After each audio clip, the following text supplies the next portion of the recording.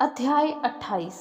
सबत के दिन के बाद सप्ताह के पहले दिन पो फटते ही मरियम मगदलीनी और दूसरी मरियम कब्र को देखने आई।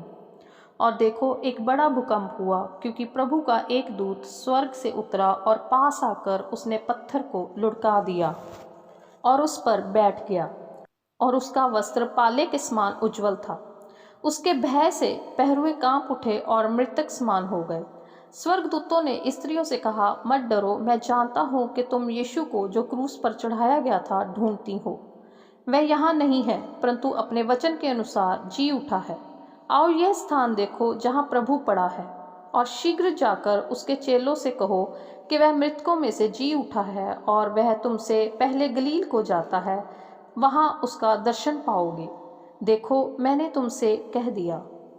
वे भय और बड़े आनंद के साथ कब्र से शीघ्र लौटकर उसके चेलों को समाचार देने के लिए दौड़ गईं।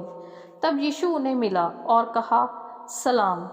उन्होंने पास आकर और उसके पांव पकड़कर उसको दंडवत किया। तब यीशु ने उनसे कहा, मत डरो, मेरे भाइयों से जाकर कहो कि गलील को चले जाएं, वहां मुझे देखेंगे। वे जा ही रही थी कि पहरुओं में से कुछ ने नगर में आकर पूरा हाल प्रधान याजकों से कह सुनाया। तब उन्होंने पुरनियों के साथ इकट्ठे होकर सम्मति की और सिपाहियों को बहुत चांदी देकर कहा, यह कहना कि रात को जब हम सो रहे थे तो उसके चेले आकर उसे चुरा ले गए, और यदि यह बात हाकिम के कान तक पहुंचेगी तो हम उसे समझा लेंगे और तुम्हें जोखिम से बचा लेंगे। अतः उन्होंने रुपया लेकर जैसा सिखाए गए थे वैसा ही किया। यह बात आज तक यहूदियों में प्रचलित है। 11 चेले गलील में उस पहाड़ पर गए जिसे यीशु ने उन्हें बताया था। उन्होंने उसके दर्शन पाकर उसे प्रणाम किया, पर किसी किसी को संदेह हुआ।